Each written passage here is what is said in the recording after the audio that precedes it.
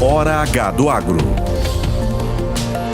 Oferecimento Ihara. Agricultura é a nossa vida. Ihara. Sicoob, mais que uma escolha financeira. Abra sua conta. Consórcio Nacional Valtra. Seu sucesso em nossos planos. Olá, sejam muito bem-vindos ao Hora H do Agro, um programa onde discutimos e analisamos os temas que mais importam para o agronegócio brasileiro. A partir de hoje, eu, Samidana, estarei à frente do programa, enquanto a jornalista Kellen Severo está em licença maternidade aí. Muito bem-vinda seja a Carmen, a filhinha que recém-nasceu. Espero, claro, poder contar com a sua audiência durante esse período. Vamos aos destaques de hoje. Em encontro com o chanceler, Lula reitera a posição de uma só China. Já o país asiático afirma que quer unir obras do PAC com a nova Rota da Seda. Nós vamos entender se Lula está cada vez mais próximo dos chineses e, principalmente, os impactos no agro. Você vai ver também. Centrais sindicais da Argentina fazem primeira greve do governo Milei. Será que as manifestações devem frear os planos dele para o país? Já no agro, Brasil importa maior volume de leite em pelo menos 20 anos. A crise do setor leiteiro vai continuar nesse ano? Você acompanha estes e outros destaques a partir de agora no Hora H do Agro que está no ar. Nessa semana, a Argentina registrou sua primeira greve, desde que Milei assumiu a presidência do país. A paralisação foi convocada pela maior central sindical do país, que é a Confederação Geral do Trabalho. Na capital, Buenos Aires, os manifestantes se concentraram em frente ao Congresso, onde está sendo analisado um mega pacote proposto pelo governo de Milei. Entre as medidas que envolvem o agro está o aumento das tarifas de exportação, as chamadas por lá de retenções para produtos como soja e milho. Segundo a polícia, o ato reuniu entre 80 e 100 mil pessoas.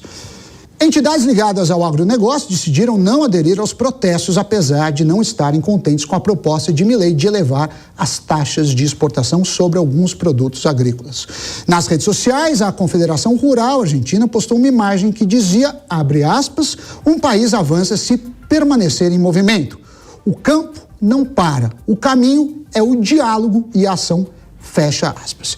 E ressaltou em outra postagem que os direitos de exportação ou as retenções de milho, girassol e outros produtos reduzem a renda e a competitividade.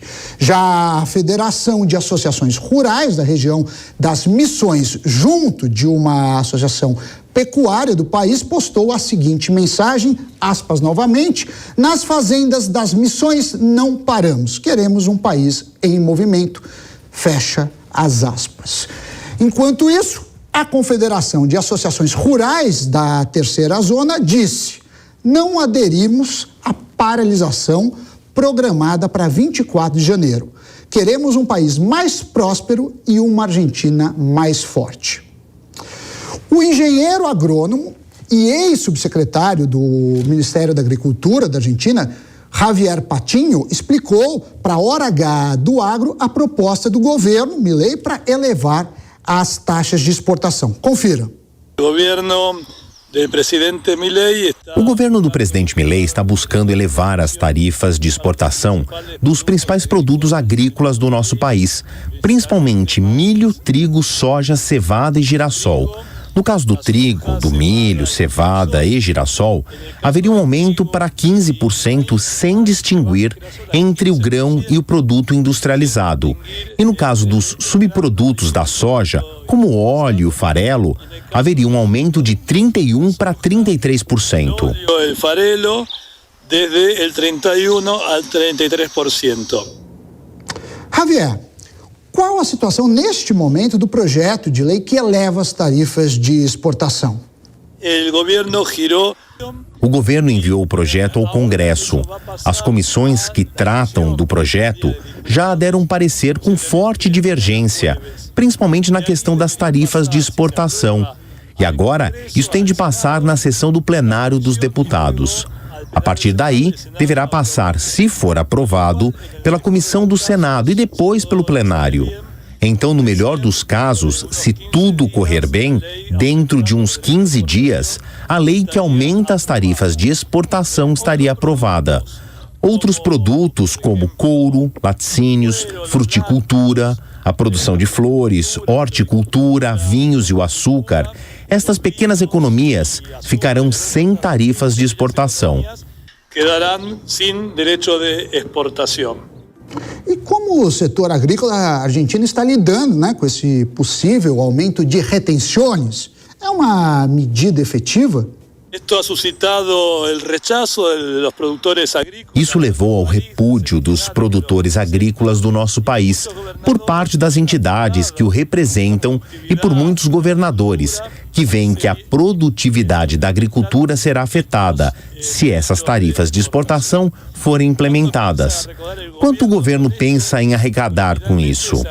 Originalmente se fala em US$1,5 bilhão de dólares, mas o que é certo é que as tarifas de exportação terminam reduzindo a produtividade e no fim do dia se arrecada menos com as retenções do que se o governo deixasse a força produtiva do campo desabrochar e ter boa colheita, como teremos nessa temporada.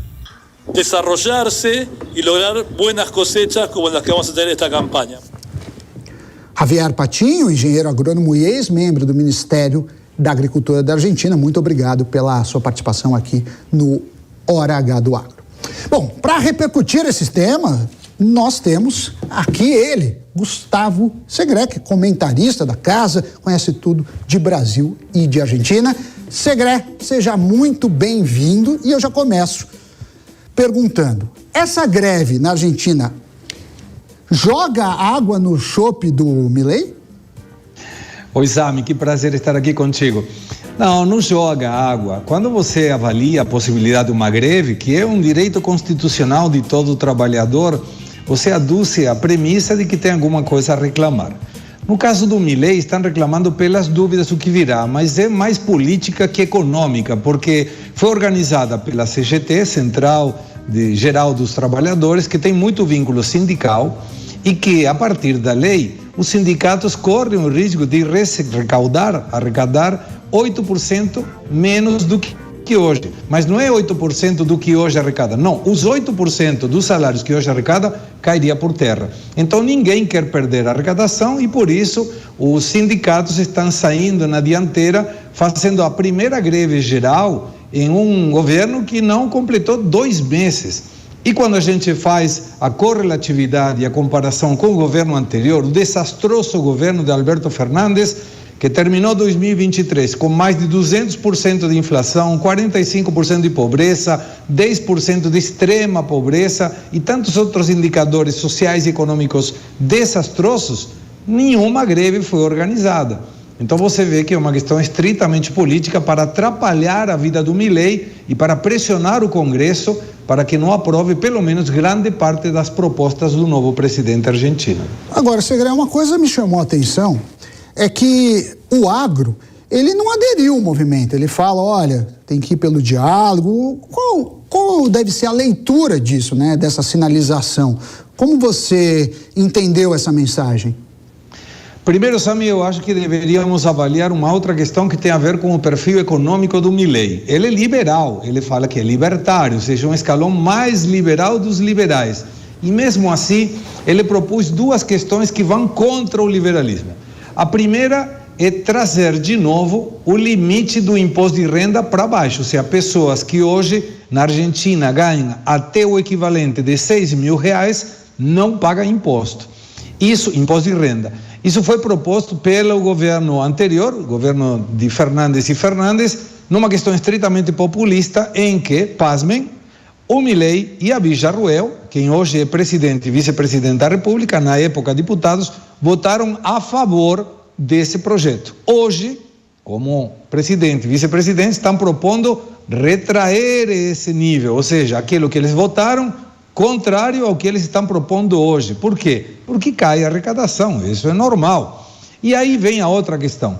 Não conhecemos nenhum liberal que aumente impostos. E as retenções são aumento de impostos. Eles defendem, como muito bem explicava Patinho, que é um aumento de determinados produtos para desonerar outros, sobretudo da economia regional. Mas por que o agro não entrou nessa discussão e eventualmente na greve? Porque ficaria muito colado com os sindicatos. E os sindicatos e o agronegócio não estão na mesma calçada, eles estão totalmente fora. Então, provavelmente, a discussão do agro com o presidente e com a proposta seja mais de portas fechadas, não mostrando à população o descontento, que claramente tem, é fato que perde competitividade, mas uma questão mais negociável através dos próprios lobbies ou através do Congresso diretamente. E é estranho também isso, porque uma das regras é não se exporta impostos. E à medida que você cria essas retenções, você está indo não só contra os princípios liberais, mas também contra a lógica da exportação. Mas eu queria te perguntar, como grande conhecedor que você é da história argentina, é a força das greves, né? As greves sempre foram tradicionais na Argentina, até os piqueteiros, né? Que não só manifestam, como às vezes ocupam ruas. A gente deve ver mais greves esse ano na Argentina, no seu entendimento, e se sim, ligadas, obviamente, ao agro? Não vejo que seja o agro que vai discutir. O agro discute de uma outra forma, Sami. Por exemplo, quando foi contrário ao governo anterior, ele colocava o que se chama tratoraço, os tratores nas estradas, mostrando a força que tem o setor do agronegócio. É muito provável que tenha, sim, Milei, outras greves. Lembrando que a grande maioria das greves foram propostas pelos sindicatos peronistas contra governos não peronistas. O que convalida que essa medida é política, não é econômica. Se fosse econômica, o próprio Alberto Fernandes deveria ter tido muitas greves gerais e não teve nenhuma. Alfonsín, por exemplo, o primeiro presidente depois do regresso da democracia na Argentina, sofreu 14 greves gerais, porque o peronismo não deixa governar quando se trata da sua oposição política. Então devemos ter sim outras greves, mas, por exemplo, os transportes não aderiram, o comércio não aderiu. Então, conforme vai perdendo força, a gente observa que não tem nenhum sentido, são pessoas que foram levadas pelos sindicatos com aquela fórmula normal de eu te coloco no ônibus, te levo, te pago, te dou um sanduichinho, te dou um vinho, aqui não é refrigerante, não é vinho, e aí vocês vão e reclamam contra o governo Milei. Mas devemos esperar um pouco. Eu acho que semana que vem vai ser uma semana determinante, porque é a semana em que está sendo negociada a lei ônibus com tantas modificações no Congresso Nacional. Se passar no Congresso Nacional, muito provavelmente teremos mais uma greve aí do sindicalismo, pleiteando a possibilidade de conspirar contra o governo do Milei, em que já tem dirigentes do peronismo, sabem, que é perigoso, porque disseram, o governo do Milei dura até Semana Santa, e isso é grave para a República. Agora, Segré, se tivesse que fazer uma aposta, você diria que a maior chance é que o Milei consiga aprovar esse pacote de medidas que inclui o aumento de tarifas para o agro? E se sim, o que aconteceria na prática, tanto em relação à exportação argentina, como também ao mercado brasileiro? Tá, aí vamos uma análise que é meio em cima do muro, mas vale a pena a resposta, porque eu não tenho, claro, a resposta em relação a se será ou não aprovado. Eu entendo que sim, pelo que eu converso com alguns deputados e senadores argentinos, mas com algumas observações. Por exemplo, a privatização da YPF saiu do pacote. O fechamento do Banco Central não está nas prioridades, a dolarização também não. Esses superpoderes que o Milei pedia por 4 anos, que eram 2 com prórroga de outros 2, também saiu da proposta, ficou superpoder de 1 ano com eventual prórroga de mais 1. Então deve ser como aqueles balanços das grandes companhias, aprovado com observações ou com restrições.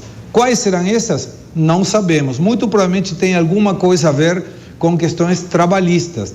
Mas a Argentina está muito atrasada. A lei trabalhista argentina é de 1976. O mundo era outro e as fórmulas econômicas e sociais também. Então deve ter sim aprovação. E quando tiver aprovação, vai ter um impacto, inicialmente, em tudo que tem a ver com o objetivo do déficit zero. O governo Milei, através do próprio presidente, o ministro da Economia Caputo, indicaram que isso não é negociável. E para isso, inclusive, para dar um exemplo de austeridade própria, o Milei já avisou que nem ele e todos até subsecretários de Estado, ou seja, vem presidente, vice, ministros, secretários e subsecretários, não terão ajuste salarial que já foi pactado com o resto do funcionalismo público, 16% no mês de janeiro. Então está mostrando, ele foi a Davos, por exemplo, um voo comercial. O ministro da Economia viajou na classe econômica. Isso são coisas que a política não está acostumado e o eleitor também não a ver. Claro, pode ser uma questão estritamente de marketing, mas pelo menos gostou o público eleitor de ver que o ajuste não é somente feito por ele, sino também pela classe política. Então, com esse exemplo, talvez funcione.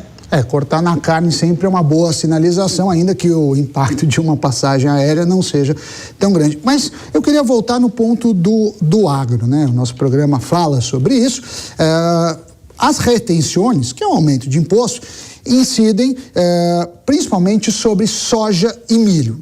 E, havendo isso, qual é o impacto nas exportações argentinas e principalmente no mercado brasileiro? Você vê alguma mudança significativa no fluxo de importação pelo Brasil, ou de exportação pelo Brasil também e pela Argentina? Quando você faz uma conta, e vamos dar um exemplo para a audiência para entender melhor. Um exportador de soja dos Estados Unidos, imaginando um valor referencial de $540 a tonelada, ele recebe $540 nota verde, aquela nota de dólar. No Brasil, ele receberia $513 por uma despesas que teria, sobretudo, bancárias. E na Argentina, em função do tipo de câmbio oficial, que está longe de ser o tipo de câmbio blue, o livre, ou que aquele que rige a economia, e pelas retenções que chegam a 35%, 31%, 33% e 35%, ele recebe aproximadamente $200. Então você vê que tem uma perda muito grande de competitividade. E aí, em termos desses dois produtos, Argentina e Brasil concorrem no mundo, mas eles não se vendem muito um para o outro, salvo que seja para industrialização. A Argentina importa algumas vezes soja do Brasil para industrializar e mandar para fora um produto mais elaborado. Então, qualquer perda de competitividade da soja argentina pode ajudar o Brasil a ganhar mercados no exterior. Uma melhora da produtividade da soja e do milho da Argentina pode restringir a venda brasileira no exterior, porque nesses dois produtos a Argentina, se não fosse pelas retenções e por um tipo de câmbio atrasado, tem muita mais competitividade, por menos por enquanto. Gustavo Segré, comentarista aqui da casa, muito obrigado pela sua participação e claro que você é sempre bem-vindo aqui no Hora H do Agro. Até a próxima, tchau, tchau. Muito obrigado, até a próxima, Sam. Nessa semana, os agricultores da Europa voltaram a se manifestar. No sudoeste da França, produtores rurais jogaram pneus, terra e esterco em uma estação ferroviária. Já em outra região, os agricultores despejaram chorume em um prédio do governo enquanto um caminhão carregava uma placa que dizia: "Nosso fim será a sua fome". Além disso, rodovias de diversas regiões do país foram bloqueadas por tratores em um movimento que começou há algumas semanas na Alemanha. Os agricultores reclamam do alto custo de produção associado a metas de redução das emissões de carbono e preço dos combustíveis. Alguns deles, inclusive, foram até Bruxelas protestar em frente à sede do Parlamento Europeu. Em resposta aos protestos, a presidente da Comissão Europeia, Ursula von der Leyen, abriu diálogo com grupos agrícolas e ONGs. Temos algumas imagens aí para vocês verem o que aconteceu. Para o secretário do Ministério do Meio Ambiente, Eduardo Lunardelli, o governo europeu não deve se convencer de que o plano verde do bloco não funciona. Confira. Seriam esses protestos dos produtores rurais europeus, deflagrados na Alemanha, em reação à imposição do imposto de carbono sobre o diesel, e que se espalhou pela Europa, inclusive na França, onde os produtores rurais são muito fortes, suficientes para convencer os governos europeus de que o plano verde do bloco não irá funcionar? Eu creio que não, e a razão é muito simples. Geralmente, a eficácia das políticas públicas não é a primeira motivação dos governantes, mas sim o apoio político que eles obtêm ao implementá-las. Eu creio que, no caso específico do Plano Verde, dessas questões climáticas e ambientais, a grande parte da população europeia continua acreditando que a humanidade esteja na iminência de um colapso civilizacional causado por mudanças climáticas antropogênicas. Nesse cenário, por exemplo, é razoável supor que a ovelha, que é um ruminante, é corresponsável pelo colapso. Vale a gente observar que é capaz que essas instabilidades e essas revoltas populares continuem. Não faz poucas semanas nós vimos gigantescas manifestações de muçulmanos, seguidas na sequência por manifestações em reação a essas manifestações, e agora as manifestações dos produtores rurais. Portanto, a gente eu acho que é razoável supor que a gente venha a ver mudança de governos, não é? O que já vem acontecendo. Mas ainda assim, na minha opinião, isso não será suficiente. Na Holanda, a mesma coisa. O Wilders, que é um político que ganhou as eleições recentemente, o seu partido não teve mais de 20% dos votos. Portanto, para chegar a 51% ou 50% do parlamento de forma que possa formar governo, ele terá que necessariamente chamar pessoas que defendem essas mesmas políticas. Então fica aqui a pergunta, em se tratando de um continente onde a maior parte dos governos são parlamentaristas, tem essa natureza, e em cima desses governos você tem uma estrutura supranacional da União Europeia, que tem muita força na distribuição de verba e imposição de suas vontades, seria esse sistema suficiente para fazer frente a essas insatisfações que a gente tem visto cada vez mais presentes na Europa? A ver, não sabemos. Tá certo. Mudando de assunto agora, o último fim de semana foi marcado pela visita do chanceler chinês ao Brasil. O representante do país asiático se encontrou com membros do Itamaraty e também com o presidente Lula. E, na ocasião, o governo reafirmou a existência de, abre aspas, uma só China, fecha aspas, que é o reconhecimento diplomático da posição de Pequim de que existe apenas uma China no mundo e que Taiwan faz parte dela. Entre os assuntos abordados estavam temas como relações comerciais e diplomáticas entre os dois países. Na área de investimento foi discutida a possibilidade de união das obras do novo PAC, relançado no ano passado, com a iniciativa do Cinturão e Rota, conhecida como a Nova Rota da Seda. E para analisar esse tema, eu recebo aqui Alexandre Pires, professor de Relações Internacionais do IBMEC, e Luiz Felipe de Orlans, que é deputado federal e cientista político. Os dois sejam muito bem-vindos aqui ao Hora H do Agro. Vou começar com o Alexandre e vou repetir depois a pergunta para o deputado. Alexandre, parece que o governo Lula está mais próximo da China. Está correta essa leitura? E o que a gente deve ver? Uma aproximação ainda maior nos próximos meses? Qual a sua opinião? Primeiramente, obrigado pelo convite, prazer estar aqui.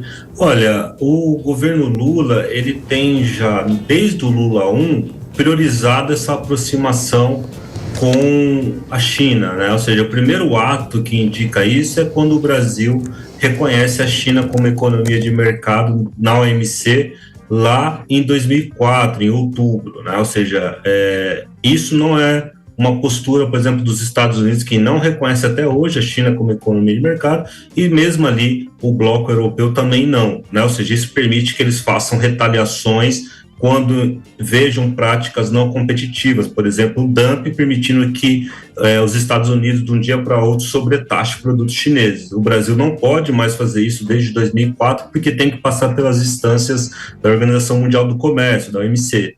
Então, isso já indicou ali um caminho de aproximação, né?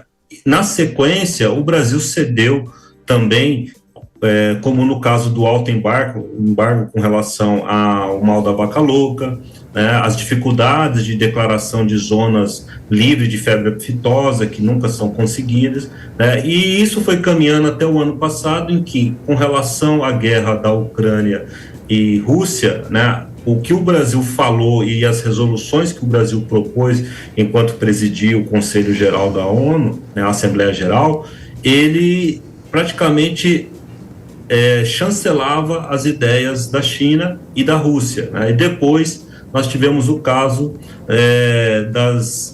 dos e-commerce chineses, como Shopee e outros, em que eles acabavam não recolhendo os impostos, colocavam isso como uma atribuição do Estado brasileiro, e o Brasil acabou cedendo, fazendo um acordo e, de certo modo, jogando para frente a resolução desse problema, que ainda não está completamente resolvido e que vai contra ali o varejo nacional. Depois, quando nós temos a crise aqui com a crise entre Gaza e Israel disparando a guerra, as posições do Brasil já eram dúbias, e depois, com a ação da África do Sul no Tribunal Internacional, dizendo que havia e o Brasil ratificando e apoiando essa posição, o Brasil se posiciona também de acordo com toda uma linha anti-ocidental que a China vem veiculando no mundo. Ou seja, tudo isso tem levantado críticas por parte de ministros de Estado e seus secretários, tanto da União Europeia quanto do Brasil. Isso aconteceu muito, né? Esses puxões de orelha aconteceram muito ali em 2023. E o Brasil vem se aproximando disso, ou seja, cada vez mais tem dado prioridade para a China. Inclusive, o ato que a gente pode medir isso é esse tipo de encontro diplomático do alto escalão, um chanceler sendo recebido, e mesmo as visitas do Celso Amorim, que também tem priorizado, ainda que ele não seja chanceler, mas é quase que um chanceler ali honorário, né, ele tem priorizado Rússia e China, esse périplo bem afastado dos países europeus e norte-americanos, e Canadá e Estados Unidos, especialmente. Tá certo. Agora eu ia perguntar para o deputado, no seu sentimento, Luiz Felipe, você que está lá na Câmara, está com gente da oposição, gente que apoia o governo, você vê esse estreitamento com a China ou ainda não é tão perceptível? E se você vê, qual a sua previsão, seu prognóstico? A gente vai se juntar mais à política chinesa, porque comercialmente não há dúvida que a China é um grande e importante parceiro para o Brasil. Certamente, Sami, esse último comentário é preciso. O que o Brasil tem feito é se subjugar dessas duas agendas que estão muito claras. A agenda da União Europeia, que envolve aí uma série de regras ambientais que são praticamente utópicas, muito difícil de você obedecer, e tem gerado conflito na Holanda, na Alemanha e na França. E, por outro lado, você tem esse acordo, que é um acordo armadilha da China, em que eles garantem uma série de investimentos, linhas de crédito, até construção de infraestrutura, e do outro lado eles incorrem ao Brasil e aos setores, sobretudo os setores estratégicos do Brasil, que são do interesse da China, a se subjugarem às vontades, formação de preço e uma série de outras limitações comerciais que a China impõe. Então o Brasil está praticamente entre esses dois jogadores. Isso é uma grande questão. Olhando para frente, o que deveria ser feito? Se fosse olhar a questão agrícola, agronegócio do Brasil, duas coisas precisavam acontecer. A liberalização dos mercados, até para a formação de preço, ou seja, criar até mesmo bolsas de valores independentes para a formação de preço acontecer no Brasil e não nos mercados externos. Nós temos uma dinâmica de mercado interno muito favorável a isso. Esse é o primeiro ponto. Segundo ponto é também liberalizar o crédito. O crédito hoje, que é a grande ajuda ao agronegócio, fica na mão de uma agenda governamental a priori, né? Então temos linhas de crédito aí extremamente controladas, e com isso o governo acaba controlando um setor estratégico que poderia estar proporcionando liberdade e soberania ao Brasil. Mas ficamos aí subjugados à agenda política do governo. E sim, o governo é mais alinhado à China, é mais alinhado à política, a geopolítica russa Então, isso nos limita demasiadamente e também nos coloca em perigo, não só de desenvolvimento interno, mas também com parcerias históricas que nós temos com o Ocidente. Bom, vocês são cientistas políticos, eu sou economista, mas na minha visão, assim, legal, a China é um grande mercado, né, em alguns anos ou décadas pode ser a maior economia do mundo, é o principal parceiro comercial do Brasil, é muito grande para ser ignorado, ok? Vamos manter relações, exportar muito para a China, importar da China, isso é uma coisa. A hora que a gente envolve a política, como parece o caso, né, falando em relação a Taiwan ou a outros itens, a gente pode ser visto na geopolítica mundial como, olha, esse pessoal aí é aliado da China, da Rússia, e aí a gente pode ter algumas perdas para isso. Além disso, a gente tem uma aproximação da China aí nesse novo PAC, seja em portos, seja em infraestrutura. Alexandre, como que você vê isso? É perigoso? Não é? Dinheiro é sempre bem-vindo? Qual seria o maior peso na balança de uma aproximação não só comercial, mas, como eu falei, política com a China?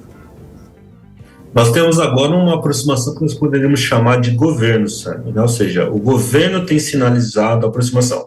Um afunilamento e uma aproximação maior dependeria também de mudanças constitucionais e até legislativas. Ou seja, se o Brasil caminhar nisso, ele precisaria ter uma ação de Estado para nós começarmos a ficar preocupados com um alinhamento nítido e claro na chave do que nós temos, por exemplo, entre Rússia e China, que é o famoso acordo de amizade, né, tratados de amizade. O Brasil não tem um tratado de amizade com a China, mas poderíamos evoluir para isso, e aí nós teríamos já uma aproximação entre dois estados. No momento atual, nós temos uma aproximação entre dois governos, e aí nós temos o quê? Uma saída da política anterior, do governo anterior, que era procurando um realinhamento com o Ocidente, especialmente os Estados Unidos, de modo unilateral, né, ou seja, sem contrapartidas, que depois foi revertido com um novo governo que propôs neutralidade. Diz que o Brasil, geopoliticamente e diplomaticamente, adotaria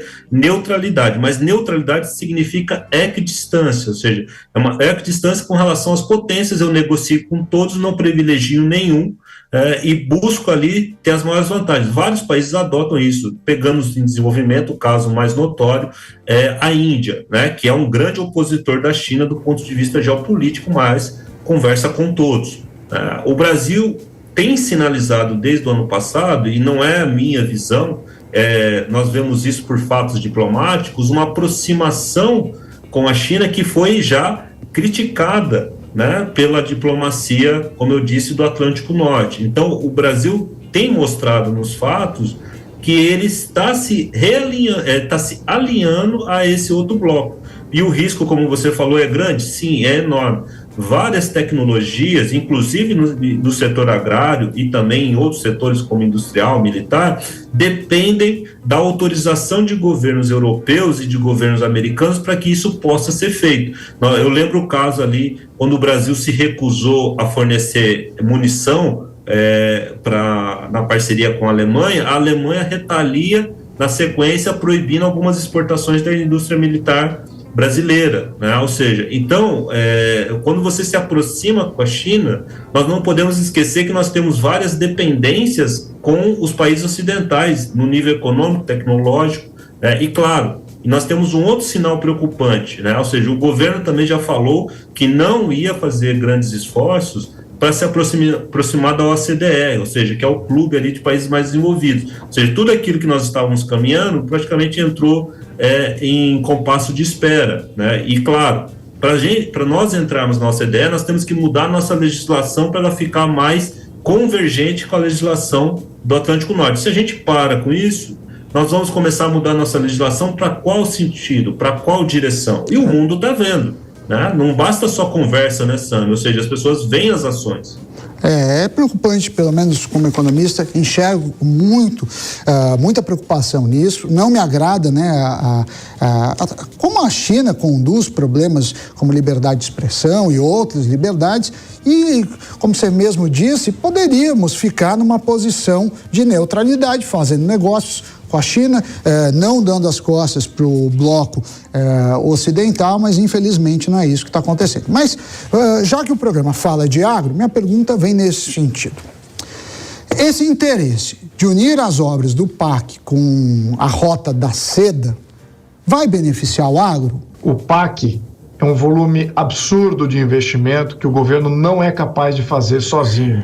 Então ele precisa de parceiros. Sou totalmente contra o PAC. Esse tipo de plano nacional nunca funcionou. Só gera crise e uma série de elefantes brancos incompletos, um dispêndio absurdo de dinheiro público.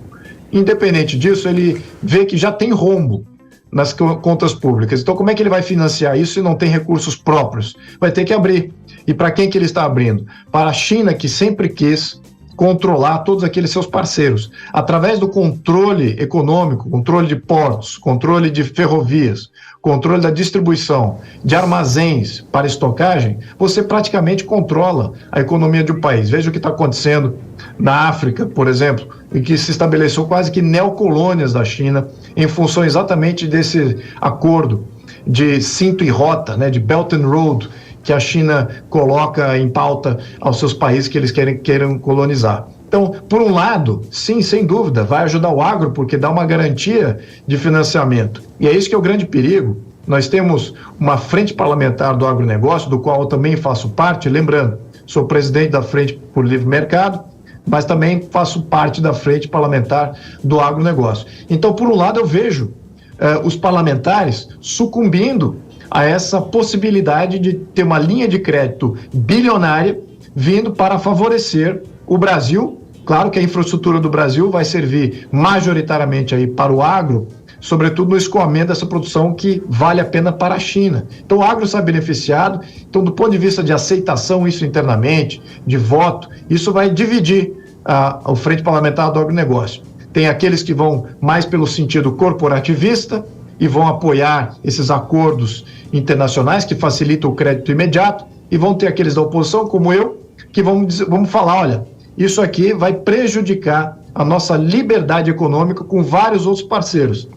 Vai subjugar a nossa estratégia do agronegócio, até acho que nem temos uma estratégia do agronegócio, como eu mencionei, temos que liberalizar esse mercado para que a gente possa exercer a nossa soberania, nosso poder de barganha junto aos outros grandes jogadores. O que está acontecendo é exatamente isso, a subjugação do Brasil frente a esses acordos.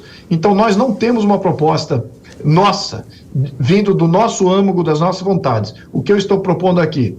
Temos que liberalizar o mercado do agronegócio e temos que fazer acordos bilaterais. E não é o governo o grande intermediador desses acordos. Esses acordos têm que ser feitos setorialmente, com agentes internos aqui, independente do governo. E nada disso é o que foi construído. Muito pelo contrário, o governo está se colocando como um intermediador do agronegócio, cada vez mais controlando o agronegócio brasileiro e entregando esse agronegócio a quem paga mais ou a quem ajuda o governo. Então é isso que está acontecendo. Então temos que combater isso. Eu, da oposição, vamos colocar isso, mas já coloco aqui que a Frente Parlamentar do Agro vai estar dividida porque metade, uma boa parte dela, ela peca por atender sempre os interesses corporativistas. Bom, vamos ficar de olho. Alexandre Pires, professor de Relações Internacionais do IBMEC, e Luiz Felipe de Orlans, que é deputado federal e cientista político, muito obrigado pela participação aqui no Hora H do Agro.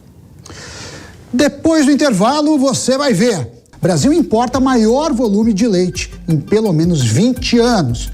Será que a crise do setor vai continuar? Você acompanha esses destaques daqui a pouco. Eu volto já já.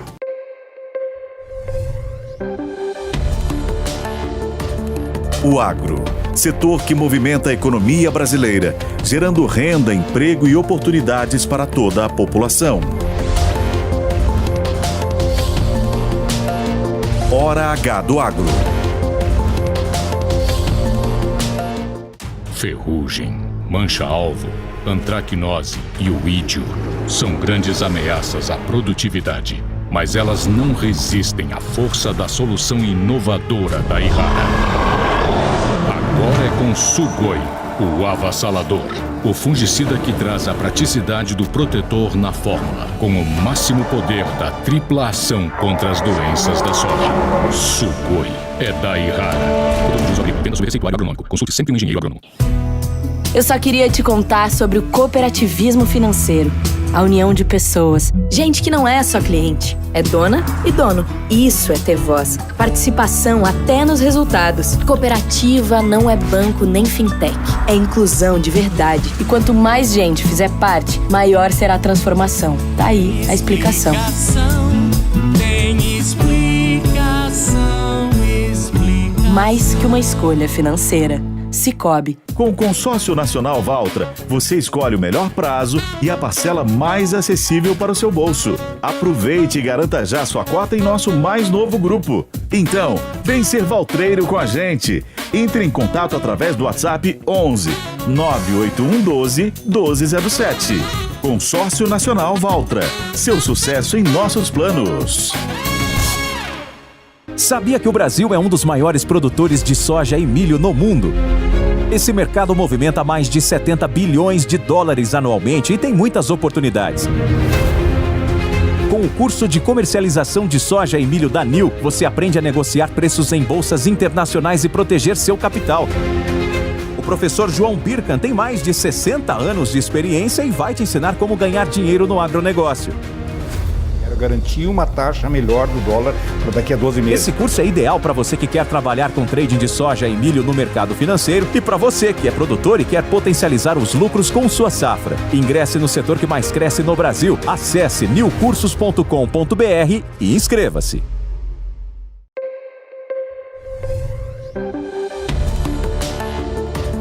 O agro, setor que movimenta a economia brasileira, gerando renda, emprego e oportunidades para toda a população. Hora H do Agro. Estamos de volta com Hora H do Agro aqui na Jovem Pan.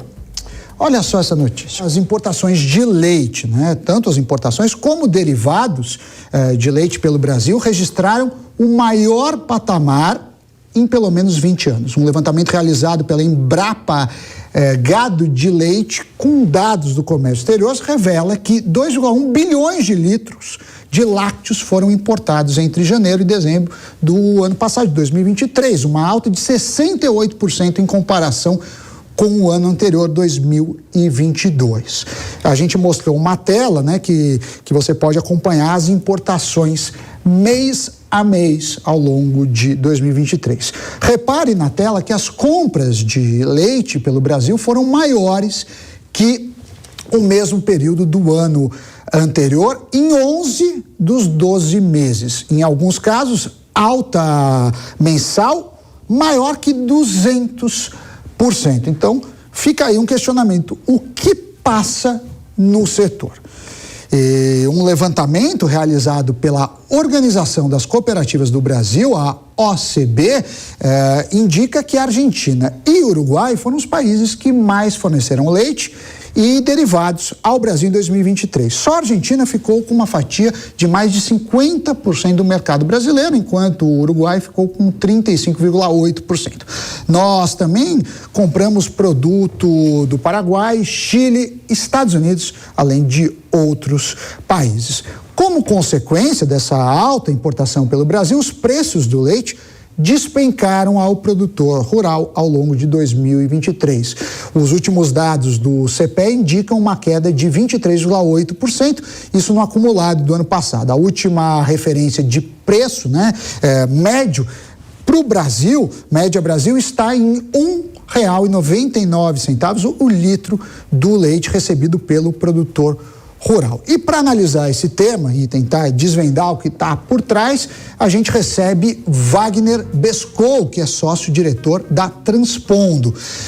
Wagner, seja muito bem-vindo. E aí eu te pergunto, o que passa com a nossa produção de leite e se as importações devem continuar nessa alta galopante nesse ano de 2024? Seja bem-vindo. Obrigado, Sami.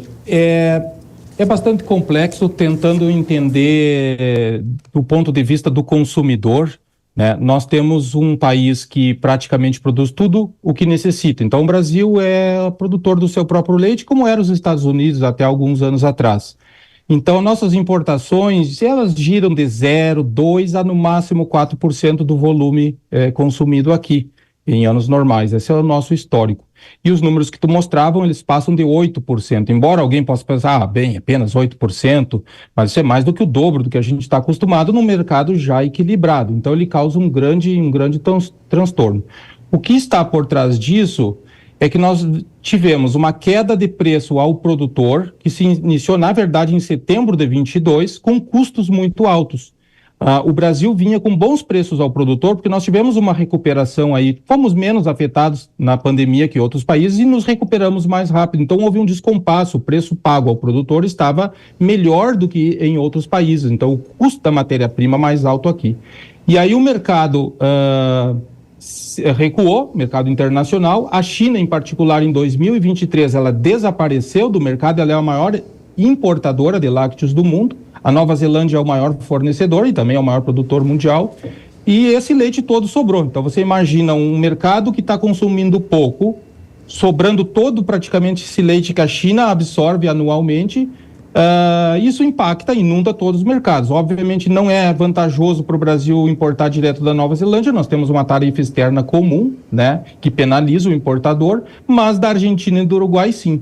Então esse próprio leite neozelandês, ele veio ocupar espaços do leite uruguaio e argentino, e esse leite do Uruguai e da Argentina acabou achando o nosso mercado. Então isso achatou realmente muito os preços e pegou o produtor com custo alto. Esse é o maior desafio, não só a queda de preço em si, mas combinada com custos de produção que não acompanharam essa queda. Então, pelo que eu entendi, é um movimento internacional causado pela China de excesso de oferta. Mas para esse ano, 2024, está começando. O que você projeta de preço do leite? Ele deve continuar caindo, ele deve subir? Porque se continuar um preço baixo, e me corrija se eu estiver errado, a gente não consegue ser competitivo. O que você está me falando é assim, olha, eles produzem mais barato, é muito mais barato pro consumidor, que vai continuar comprando, principalmente desses países que não têm a tarifa maior, que é o caso da Argentina, como exemplo. Então, qual que é a projeção de preço para esse ano?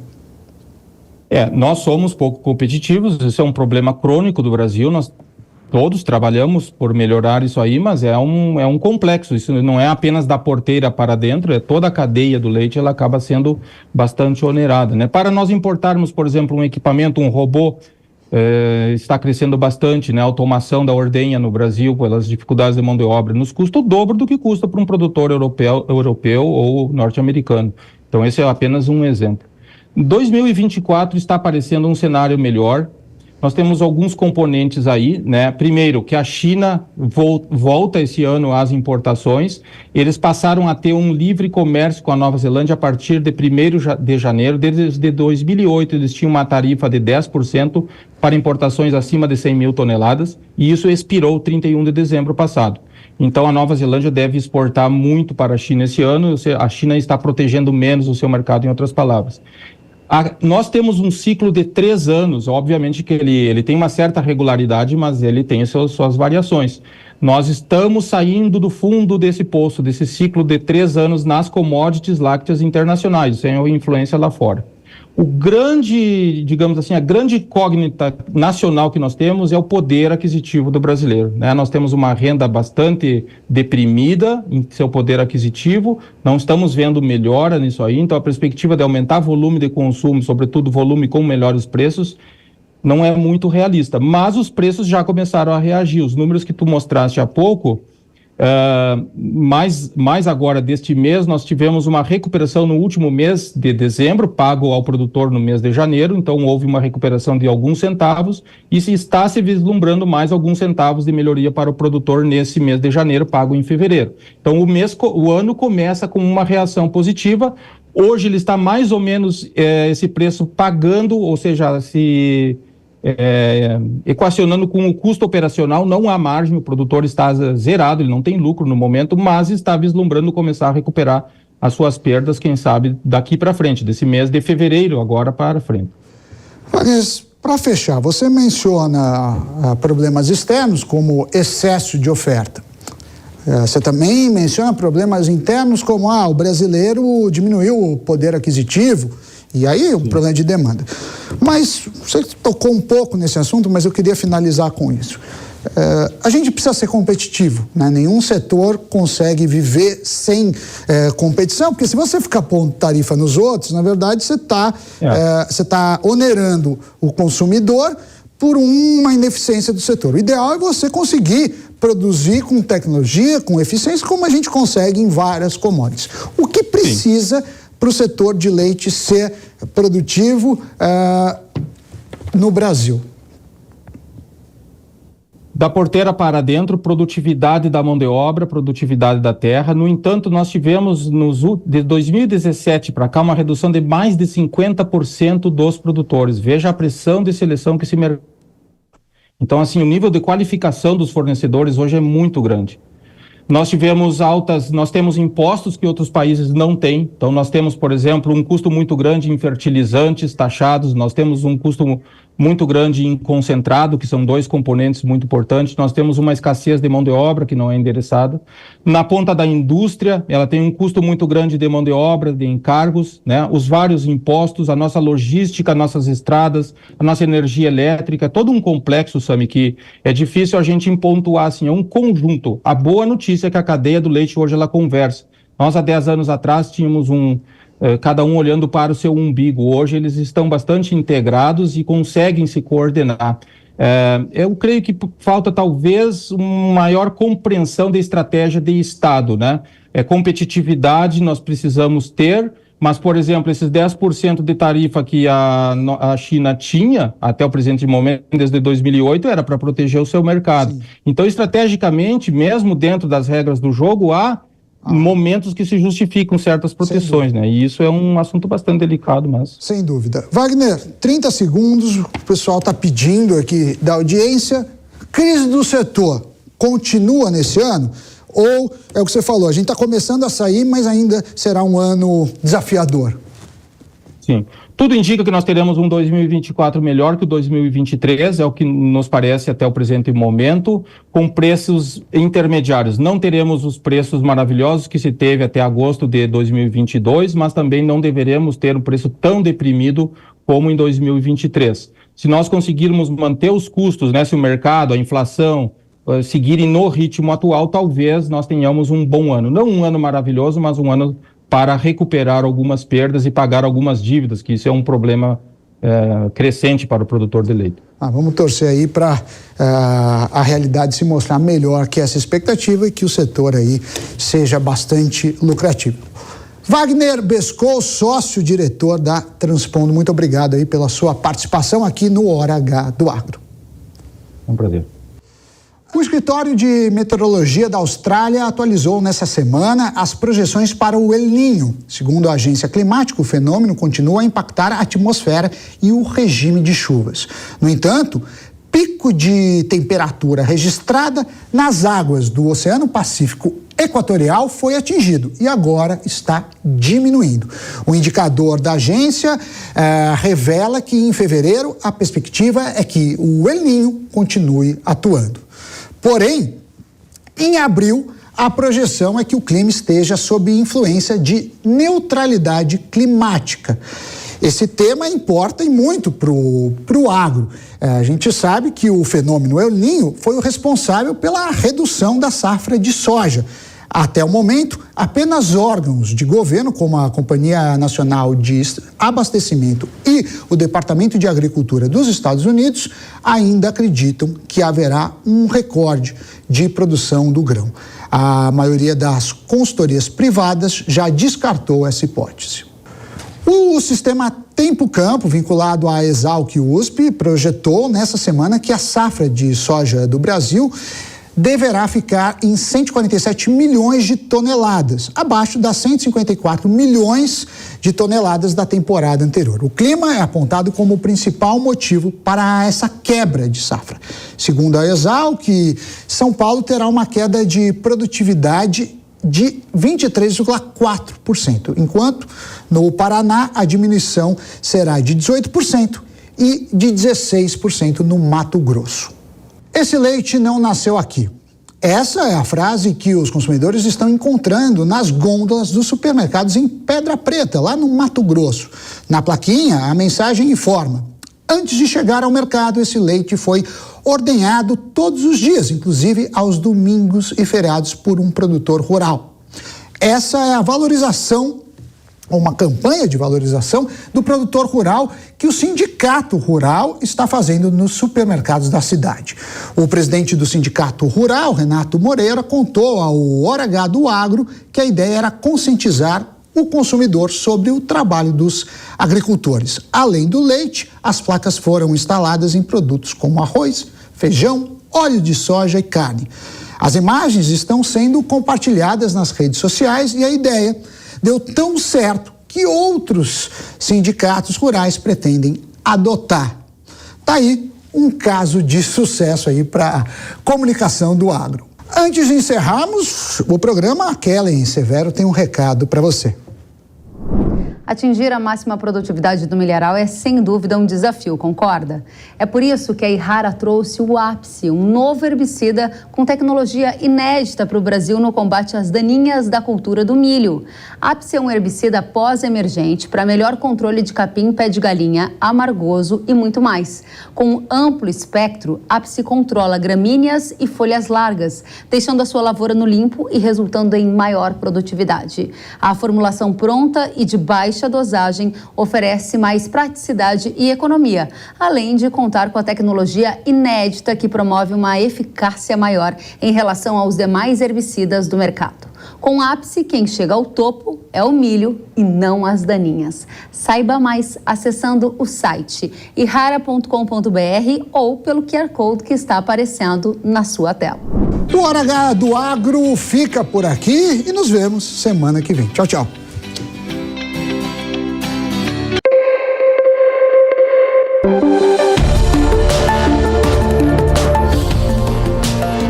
Hora H do Agro. Oferecimento Ihara. Agricultura é a nossa vida. Ihara. Sicoob, mais que uma escolha financeira. Abra sua conta. Consórcio Nacional Valtra. Seu sucesso em nossos planos. Realização Jovem Pan News.